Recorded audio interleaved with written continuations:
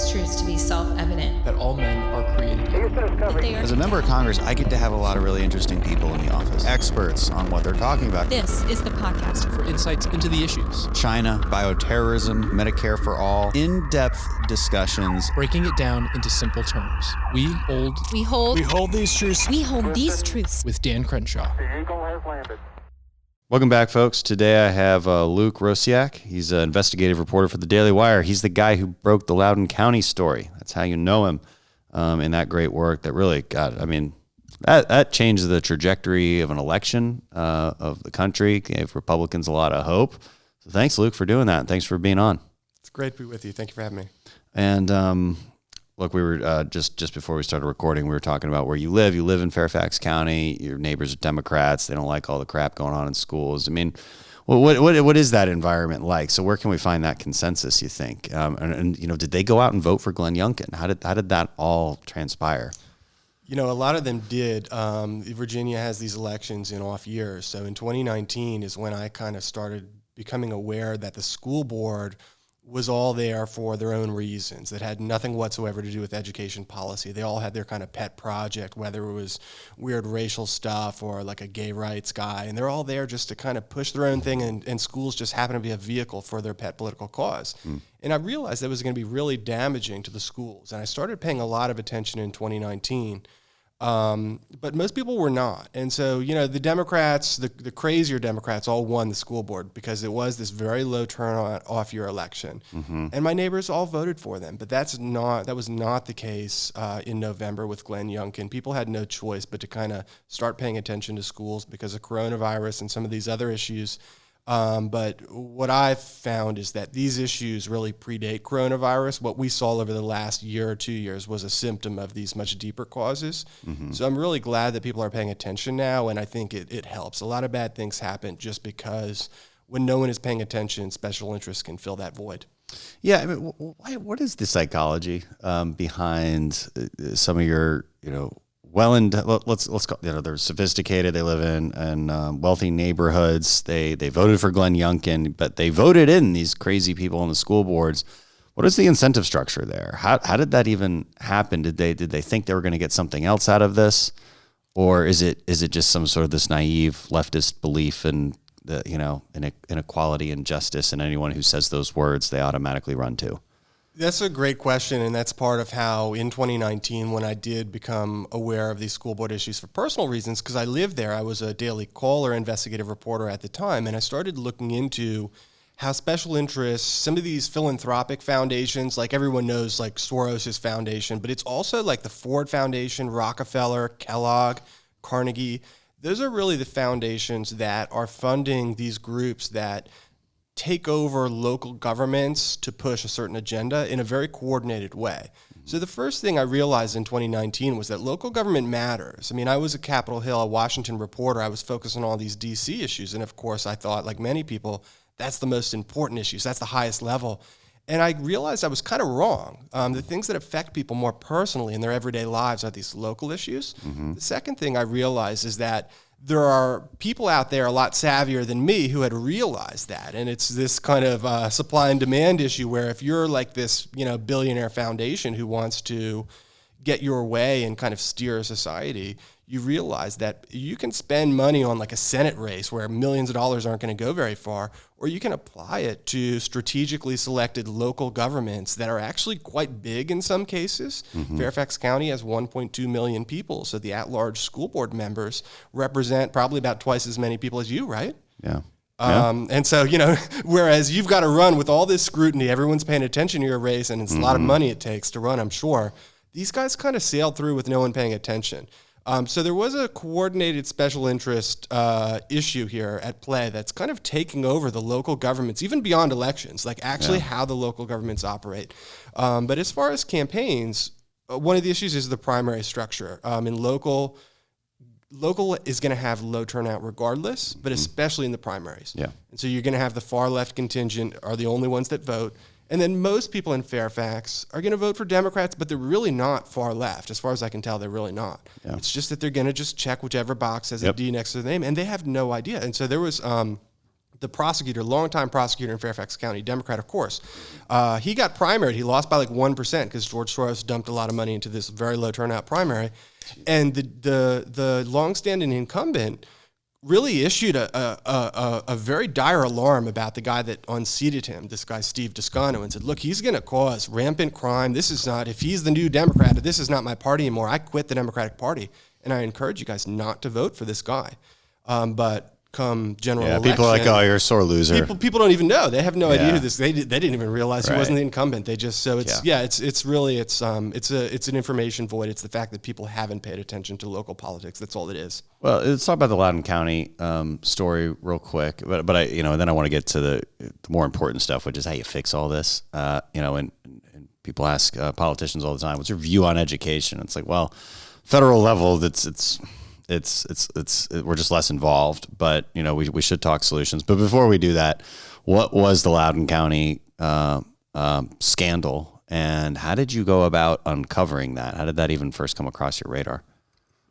So I had sort of the privilege of being able to do a really deep dive into investigations or investigating the schools for well over a year. And I worked with Peter Schweitzer, the author of Red Handed and Clinton Cash, and he helped me write this book. And really, a lot of times people just, spit these books out that take a couple months to write, and they write them on the weekend or whatever. I left my daily job in journalism to do nothing but investigate our nation's schools for a year. And so I was pretty well sourced in various school districts. I did a ton of work, and so I knew people in Loudon. And I knew that so there was this famous video that came out because it was on all the left-leaning news stations of this guy being arrested at a school board meeting, and he was kind of this overweight, white, middle-aged plumber who they had handcuffed, and he's got a bloody face because the cops kind of beat him up.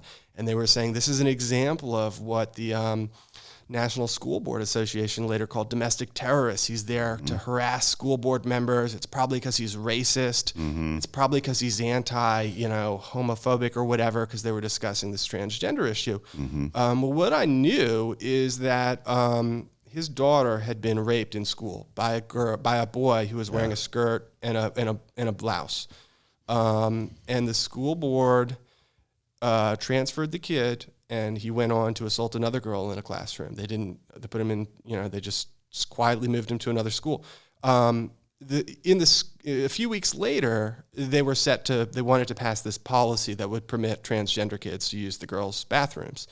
And so parents showed up to the meeting where the guy was arrested to ask the questions that parents would have, like, are there safety issues here? And the superintendent lectured them and said, look, we have never had a bathroom assault at all, any sort of bathroom assault. You guys, this problem doesn't exist. You're conspiracy theorists. Newsweek's told me that there's no such thing as a transgender rape in the bathroom. And he knew that just 3 weeks prior, this really horrific rape had occurred. So when the dad, he took a lot of abuse in the media. He didn't really say anything when he was put on the front page of, Washington, all these papers and CNN. He just wanted to let the legal process take place. But that's because they were still in it, I'm assuming. I mean, this is a crime. Yeah, because he basically forced them to. He had to really cause a big scene to get the cops to come, and they actually came to deal with a parent causing. The cops were called not for the rape, but for a parent being disruptive, which was a dad being really mad that his daughter had been raped in school. So he was still trying to even get the cops hadn't even been involved in the actual rape. So they had an SRO, but he didn't immediately call the real cops. And, some people say, well, it is a real cop. That's technically true. But what's the SRO? An SRO is a school resource officer. Okay. So what this parent perceived is this is a guy he's basically a security guard. He's essentially works for the principal. He's technically a deputy, but he works in the school. He kind of reports to the principal, at least informally. And so they hadn't immediately called in the specialists, the special victim units, all the people who would need to do a real investigation. Because if you don't do that rape kit right away, if you don't, collect evidence from the bathroom, you're not going to get a conviction later. And so he caused a scene, and they did ultimately charge this, not because of the school, but really because of this parent's advocacy and the sheriff. But they later arrested him at that school board meeting, right. And the prosecutor, who was elected by a 1% margin because George Soros dumped $850,000 enter a race. She personally tried him, showed up to court and tried to put him in jail for misdemeanor disorderly conduct. And that's completely unheard of on many levels. And her whole campaign was, we have, too much incarceration in this country. And it's also insane, by the way, that I wish we had somebody like that on the right who would put $850,000 into this random county prosecutor's race. I mean, what the hell? Because typically it's less than $100,000 is spent on that kind of race, and so and it was an independent expenditure too. I mean, George Soros was actually doing the campaigning for her. It wasn't even like in coordination with her. These races have consequences. A lot of people probably weren't paying attention when she won that race by 1%, but the result was there was a horrific rape in school. The school system lied about it multiple times, and they tried to put the dad of the victim in jail rather than the culprit. Right. Okay. So that all happened, and you started looking into it. And then what happened from there? So like I said, I knew about it. One of the things that I do as an investigative reporter, part of it is investigating, part of it is writing, telling the story in an artful way, and the other part is kind of building trust with sources. And so I wanted to respect this father. He was going through a terrible time, and no one wants to be on TV talking about the horrific rape of their daughter. Mm-hmm. So I didn't do anything with it. But when that second assault occurred, and the second one wasn't a rape, it was a different girl who was sexually assaulted in a classroom after the kid had already been. They knew what had happened, and they didn't kick him out of school. They just quietly transferred him. Both of us were in agreement. We got to do something because we can't rely on the justice system. I mean, we both thought it was going to work, that this guy has been arrested. Surely justice is going to serve its course. And I think both the parent and I both lost a lot of faith in our system at that point, and we saw that we just had to go public. Yeah. And the rest is history, I guess.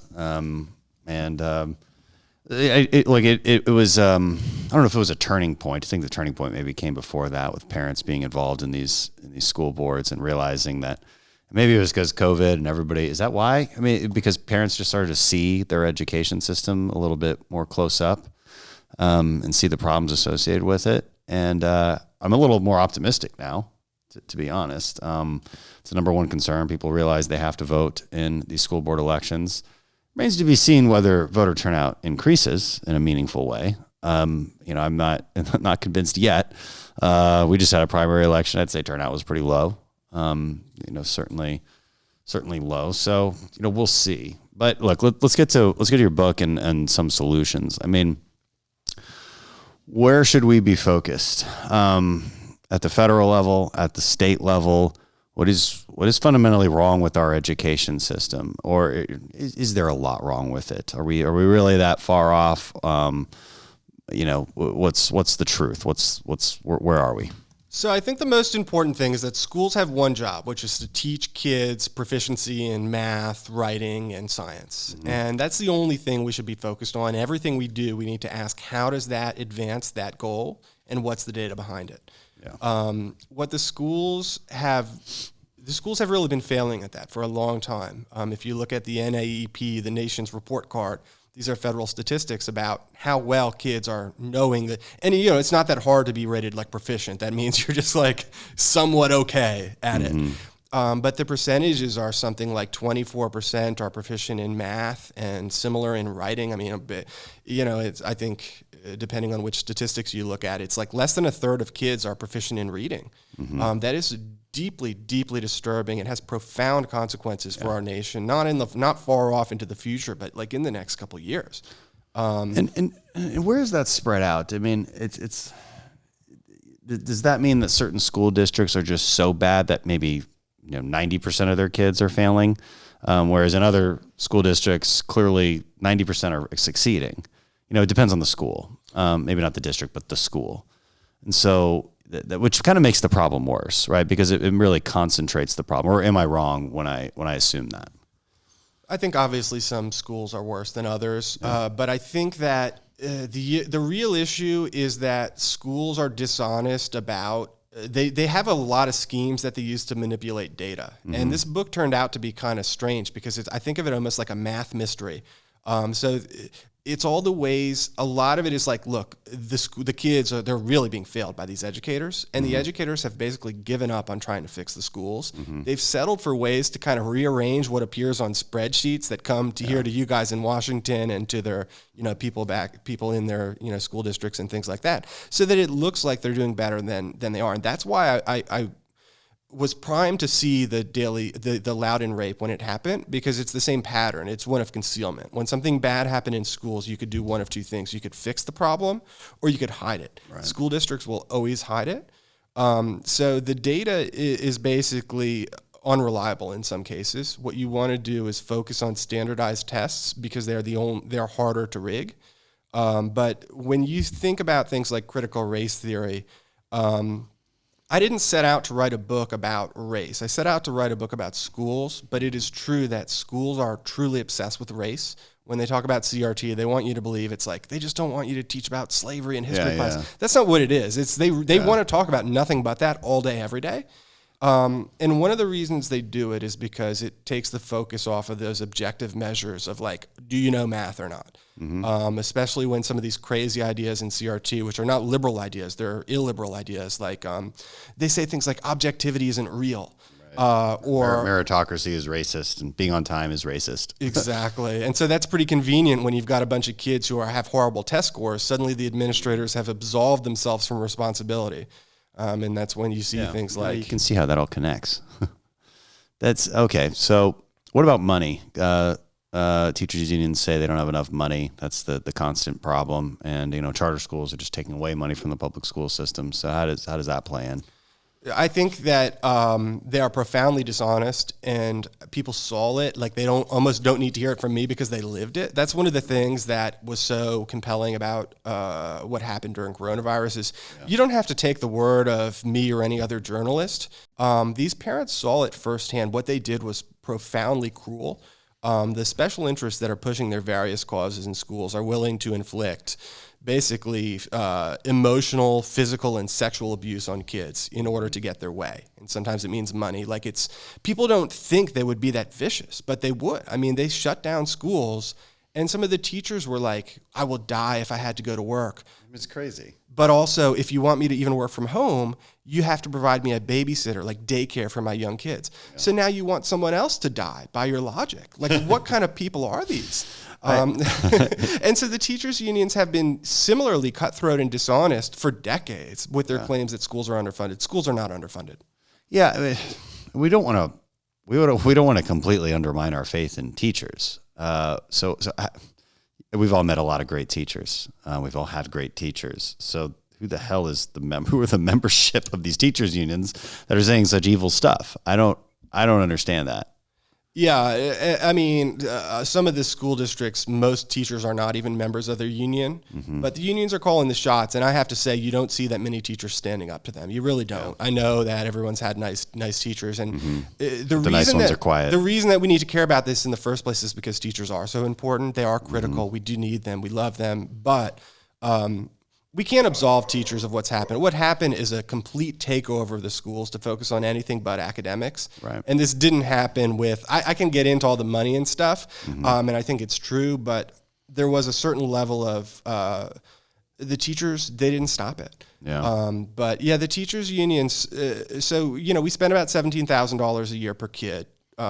This was before the coronavirus pandemic. It's quite a bit more. During coronavirus, Congress gave, more money than the Marshall Plan that reconstructed Europe after World War II. And schools were closed. So where was that money going? In Fairfax County, they said, Still not a fan of that. Yeah. I remember just like being at my house in Fairfax County and seeing the local teachers unions tweet, like, if you want schools to be open, then you need to fund PPE, masks and things like that. So give us more money or else we'll release the hostages. Right. Well, I had happened to watch the school board meeting the day prior, and these things are terribly long and boring. It was like 5 hours. But in the middle of it, they're asked about this PPE, the superintendent, and he goes, we actually have so much PPE, we can't fit it all in the warehouse. It's just sitting there. Yeah. So they completely lied. They had so many masks. Fairfax County got $80 million, and the teachers' unions just lied and said the reason we're refusing to educate your kids is because we need more money. Jesus. Okay, but back to solutions. I mean, let's talk about testing. So we're pro. We should be pro standardized testing. I think you kind of alluded to that because it's hard to cheat. Okay, Correct. so you say teachers unions are against standardized testing. They're very against it. You're going to hear things like high stakes testing. That is a total lie. These are no stakes testing. You don't have to. So they want you to. The teachers unions try to get you to have your kids refuse to take the test. That is proof alone that it's not high stakes. Your kid can literally refuse, and there will be no consequences to the kid. Yeah. It is purely to get this statistical measure of the schools and to some extent the teachers. They want to make it seem like they're teaching to the test. Come on, these tests are like one day a year. They're checking in on whether you know math. If the teacher is required to teach to the test and the test is on math, I want the teacher to be teaching them math. It is total nonsense. And analogies and reading comprehension. I mean, geez, I think the source of most of our political division, both internally on the right, internally on the left, and the right versus the left, is a lack of analytical ability, a lack of ability to discern information put in front of them, and instead just apply some crazy narrative. And on the right, that turns into conspiratorial thinking. On the left, it turns into this utopianistic nonsense. It's bad. And it all stems because people can't properly connect the dots, can't properly comprehend facts put in front of them. It's bad. And that's why we got to teach kids math. Yeah. Math, reading comprehension. I mean, just anything. Gosh. Okay. So testing. Don't some countries just not do tests? Forget about standardized testing. I mean, how should we think about education on a daily basis? Some people say, look, the homework is too intense. I've heard that from parents. Like, there's no reason for my kid to be doing 3 hours of homework. What do you have opinions on those kind of things? Or is that too tactical for policy considerations? There's 13,000 school districts in the country, so it's hard to say that no child is having to do too much homework, but there is a very large push in schools towards subjective content, which tends to be easier and not as time-consuming. And to say that, homework is even racist and things like that. They involve race and a lot of stuff where it has no But forget about the crazies. But I don't think school is too hard. No, I mean, so the other countries do testing, and there's an exam called PISA, which is PISA, and it compares all the countries. And so in math, we're 30th out of 36 developed nations. That's really bad. I mean, I think China manipulates their scores, but we're behind Russia. We're behind all these countries that. This is you don't want this. The teachers unions have their own reasons for saying everything they say. They don't care about your kids being in high stakes testing because it's too hard. It's not too hard. It's all for their own self-interest. The war on merit schools, those magnet schools, like what we saw recently with a referendum in San Francisco, because they were doing away with the math test to get into this school level, which is like a very prestigious school. And they're doing it, they say because there's too many Asians there, which is like really offensive and insane. What we should be doing is, if people are succeeding, we should copy them. If Asians are getting into a school, I want to copy them. I want to see what they're doing so I can do the same thing. But there's this different mentality, equity, which is basically, let's take the lowest common denominator and bring everyone down to it. That's the real shift here in school. I don't think it's a widespread concern that kids are doing 3 hours of homework. The issue here is there's a very rapid trend towards eviscerating all academic standards. I guess what I'm trying to get at is, I didn't hear that from teachers unions. I heard it from parents, and well-meaning parents that have smart kids and just don't see the point in some of the things they're doing, And so, I'm wondering if that's what we have to be thinking about. That's probably, again, as a policymaker, that's probably too tactical for our considerations. I'm more just asking out of curiosity. But it just gets to a broader conversation I want to have about, what, in an ideal world, how would we reform education? Would teachers get paid more? Would they get less? Would there be an incentive structure difference than there is now? Would it be school choice? Would it be a voucher system? How should Republicans think about this?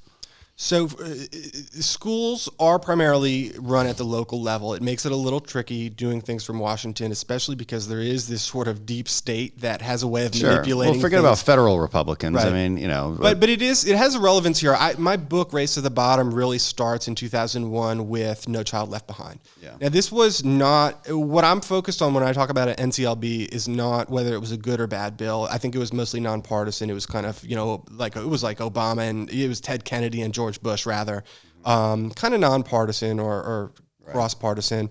Well-intentioned. Yeah, and so it was coming out in 2001. We're kind of entering the internet age, and so it brought things up to modern standards. We should publish data. We should put spreadsheets out there so we can see how everyone's doing. That was a good thought, and it was totally made sense. It's kind of what the Department of Education should do, right? Is that data collection, is that sort of best practices, but then leave everybody the hell alone. But what they didn't expect is that transparency, which is good, it put some statistics out there that were pretty bad. People started realizing around 2001, these schools are not good. And one of the ways you could see they were not good is some schools were, especially by comparison to others, not looking as good. Right. And so they engaged in, if your graduation rate is bad, what you want to do is make it smarter so they graduate. That's not what they did. They immediately started lowering standards. It's kind of where I get my book's title, Race to the Bottom, so that the graduation rates would go up. And so that transparency, which was good, caused a lowering of standards because the administrators prioritized optics over substance. Right. So, fast forward to Common Core around 2009, and a similar thing happened. It was also mostly nonpartisan, as far as I can tell. Common Core just said things like, teach kids proficiency in reading. But a lot of school districts and teachers were kind of lazy. They were like, this is hard. There's like a lot of we've got to revamp all of our curriculum. And so these activist groups stepped in and they said, we're from Southern Poverty Law Center. We've got this group teaching tolerance. Now it's called Learning for Justice. We've created all these lessons planned for you, and they're going to allow you to check off the boxes to comply with Common Core. And they would do things like read this essay about how the American dream isn't real, and now you've satisfied your reading requirement. And it was really silly. The Common Core thing was not bad or arcane. It was like practice reading. And the teachers were lazy. They were. And it allowed this opening in a really unintended way for activism. So are we misguided to be against Common Core? It's not that we're against Common Core. It's against what they put in. It's what Common Core became, I guess. I think Common Core is kind of withered away. I think it had no real positive effects, and it's kind of died off. The point was some of the things that don't appear to be partisan or are not partisan just have these unintended consequences when they're undermined by people way down in the belly of the beast, these kind of educational establishment types. Right. Well, I mean, because that's the conversation in conservatism is are we trying to conserve our values and our history and truth, and therefore do we have to then shed the other conservative principle of keeping the federal government out of education? That's the rub. And so how do you think about that? I think the state is probably the best place to do it. But it is, so if you and a congressman can't mix their campaign and office expenses. That would be a severe ethical violation. Congressmen have gone to jail for that.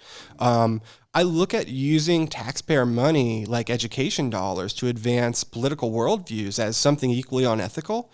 It should probably be illegal, and you could probably maybe do that at the congressional level because you can't allow taxpayer money to function as the recruitment arm for a political party. That basically transforms us into a banana republic where whoever's in charge and controls the $4 trillion or however much we're spending nowadays in taxpayer money has an insurmountable advantage in sort of the next election. Do you think school choice, and then you got to define school choice because there's different versions of it, but do you think school choice solves a lot of these problems?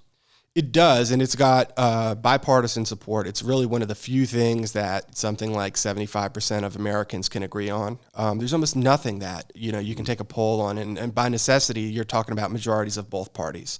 Yeah. And so the issue is when you do it through legislating, you've got the influence that's corrupting policymakers or legislators who are getting these donations from the unions, and they understand that to win primaries, there's this army of teachers unions who will like knock on doors and help you win. What I think, and I'm not a political expert, is if you could get this on the state ballot, like a ballot referendum, like seems to be pretty common in Texas places like just did California. that. Yeah, well, for the Republican primary, we just did that. Yeah, for school choice. And what was it? It was something like 80% Yeah, supported it? that's pretty high. Yeah. And so what I realized through all this equity stuff, and, you know, when people talk about critical race theory, I call it equity because that's what the schools call it. No one's going to say diversity and inclusion. They always wrap some other euphemism around it.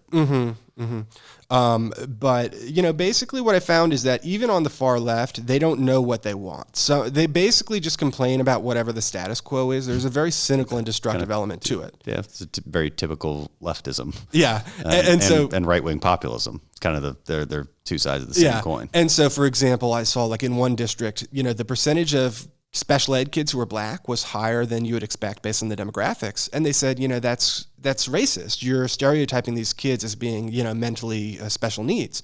But then in a nearby district, the percentage of blacks in special ed was lower than you would expect. And they said, well, that's racist because actually special ed designation brings a tremendous amount of money with it and gives kids these resources they need. They're just going to... And so you just can't win. Yeah. Part of some people want to do busing. They'll complain that the schools are bad because there's too many, the percentages are wrong. Either there's too many minorities or too many white kids. And you got to do something more like busing because then that all of our problems would be solved. Yeah. Other people say what you need is like culturally responsive education. And the problem is black kids feel, you know, isolated in classrooms. If there's only 13%, there's only a couple black kids in class, they feel lonely. And, you know, if the population is 13% black, there may be that minorities may be a minority. You know, it happens.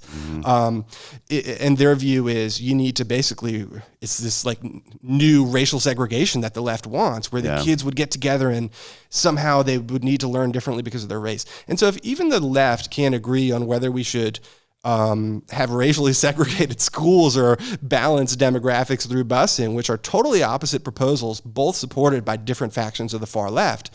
I think the argument for school choice is there because it goes to show that it's not just about partisanship. Americans have different preferences. We're a large country. They'll figure it out. Yeah, let us all choose because clearly we don't agree on things. Is there a best practice for school choice? Is it a voucher system? Is it simply literally school choice? You can just go to the district you want. We just don't care. We'll let you do what you need to do. How should we think of, how should state politicians think about that?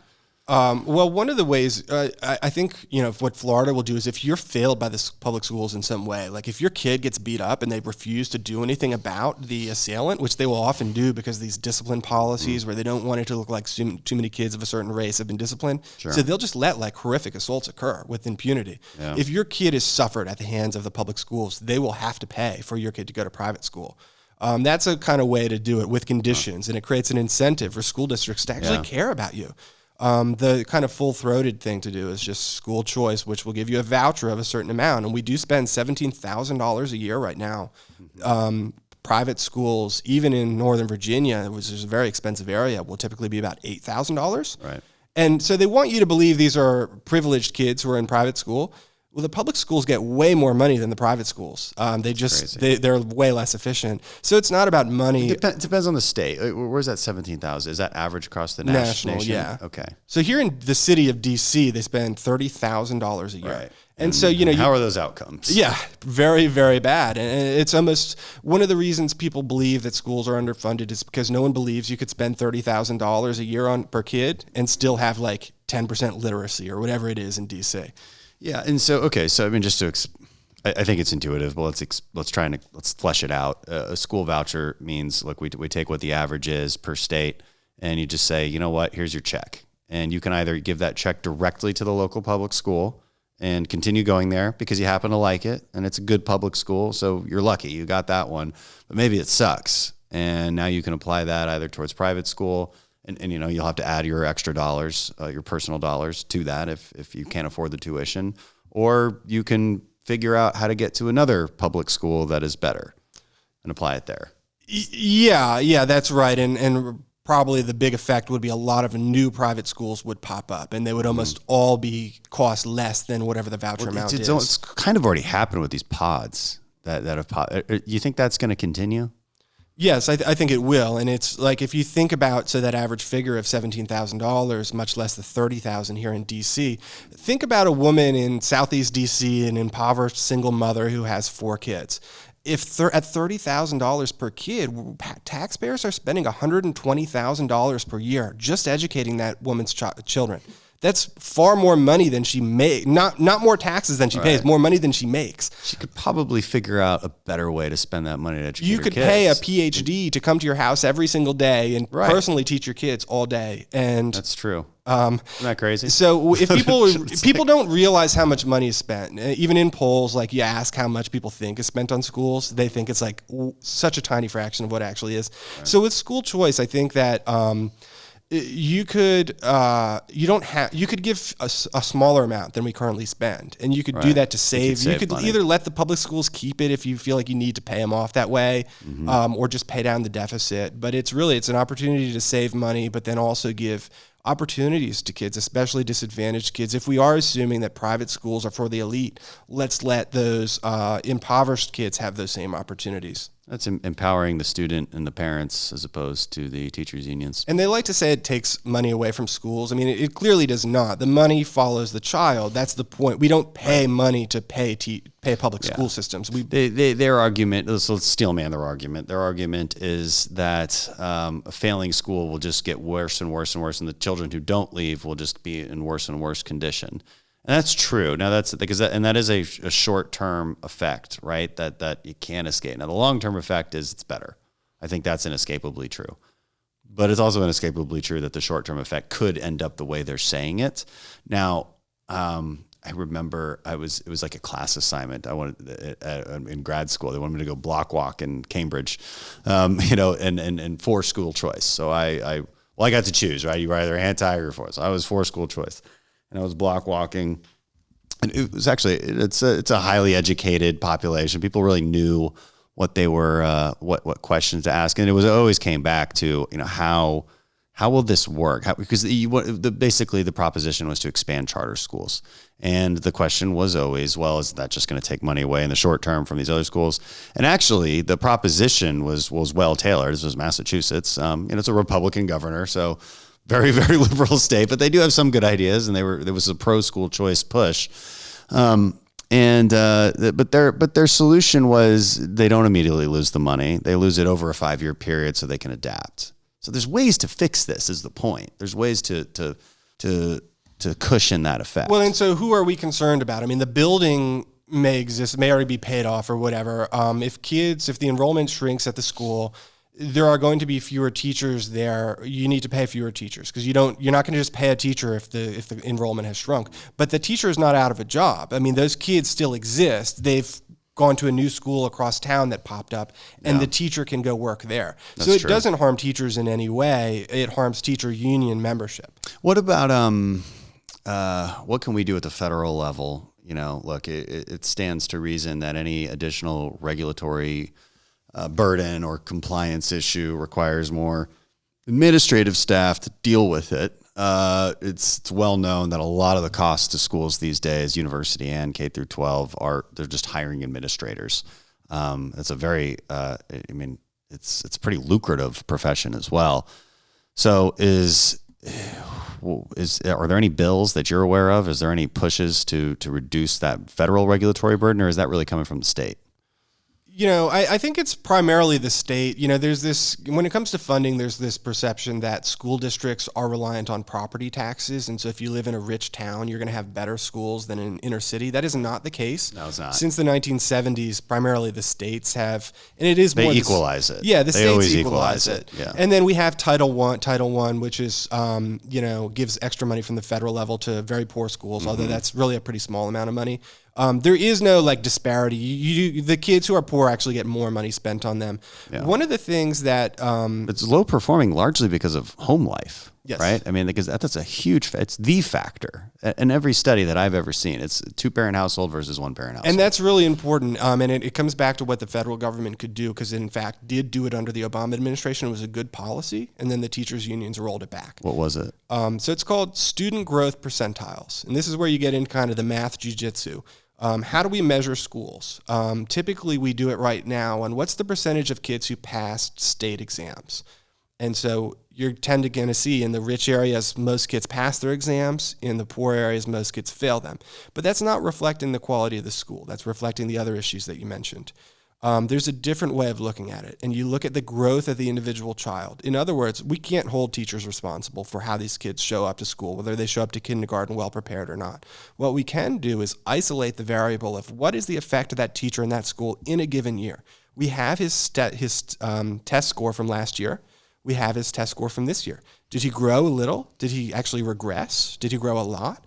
And so by looking at the change in test scores over time at the individual child level, rather than simply who passed and who did not, you eliminate all those socioeconomic variables. It's a tremendously important thing called, they call it value added or SGP, student growth percentiles. And so during Race to the Top, which is the Obama administration's stimulus program that gave like $50 billion out, they had to do this. If they wanted the money, they had to evaluate teachers based on did they help kids? Yeah. If they came in scoring at the 50th percentile last year, did you have them up to the 52nd percentile by the end of the year? Did they go down to the 48th percentile? And so that situates kids, it cohorts them with kids who are similarly situated. It's a very fair way to do it. And it puts the focus on, is every student headed in the right direction? Right. And it takes the focus off of gaps. Racial gaps don't matter so much as, because we don't care per se that the racial statistics are different. What we want to do is help all black children. It's not important that the test scores between blacks and Asians are different. Yeah. We just want to help everyone, and we want to help the blacks. Raising their scores is a good thing. Right. But the other mentality, it focuses on gaps, and that's why the teachers like the old way. Using the student growth percentile would go a long way towards getting racial rhetoric out of education, because it is not. It's a focus on resentment. Right. It's like, do I really care that you are 10 times richer than me? No, what I care about is that I can provide for my family. Right. And that I have some purpose, just in general economic terms. And the same is true of education. So what do you have any insight? So that was rolled back by the Obama administration? The Obama administration did it pegged to those 2009 stimulus dollars. So when they went away, it went away. But then shortly after, the teachers unions were so mad that the Obama administration did that they got Congress to pass a law that forbids the federal government from not only requiring, but even incentivizing. Did Republicans vote for that? How did that? This must have been before 2012, or it would have been roughly in that era. I don't know the exact date, and we just haven't revisited it. No, and we should, and it's totally nonpartisan. So that's an easy federal solution. And so people like Andrew Cuomo and many other Democrats have pointed out, when you look at the teacher evaluations, 99+% are voted, get top marks on their performance evaluations as a teacher, but yet the kids, most of them are not proficient. How could it be that 99% of teachers are excellent, but 66% of kids don't know how to read? It's not possible. It's not possible. So the point is, teachers are given a very lax, all of us as employees, typically we get rated by our boss and you got to perform. Teachers unions hate that. And, I want to come back before I forget, because you mentioned teacher pay. The issue is not that teachers are underpaid, but there is an issue here. New teachers should be making more money. Experienced teachers should be making less money. You need to flatten it out. And those are the union incentives, that the longer you stay, you're going to be making way more money just because you're a teacher who's been in the job for 30 years. Well, the benefits of experience in teaching totally flatline after 5 years. What you want to do is one of the hiring problems is credentials. It's hard to know who's going to be a good teacher until you just give them a shot. And then you can see with these growth scores whether they're doing their job or not. But we don't do it that way. We want to say, do you have a master's degree in education? These are totally useless degrees. They are indoctrination factories. The teachers, people who major in education come into college with the lowest SAT scores of any major, and they leave with the highest GPAs. It's very, very easy to become, to get a degree in teaching. But we pay like $10 billion a year extra, like a premium, for hiring teachers with master's degrees. We need to get rid of that requirement, hire, this is kind of what like Teach for America did, right? If you're just a smart kid out of college who wants to help, we'll give you a job as a teacher. You can figure it out because you can. It's probably based more on your social skills in many cases, right? Your ability to just communicate is probably a more important teaching and skill. so we want people to know that this can be a very lucrative profession, and we want to front load the salaries more so that you don't have to be in the job for 30 years to be making the big bucks. You kind of start from a very good salary and you remain at a pretty good That'll salary. incentivize better people right out of college. All right, I've got to go vote. But I'm going to keep that piece of legislation in mind. That's some good advice on what to repeal, because we're always looking for solutions up here. Thanks for coming. This is awesome. Really appreciate thanks it. for having me. Check out that book, Race to the Bottom. And, I think we're in an exciting time with people finally paying attention to these school boards for the first time. Absolutely. Can people follow you on Twitter or? Yeah, I'm at Luke Rosiak on Twitter. Great. Luke, thanks for being on. Thank you, Congressman.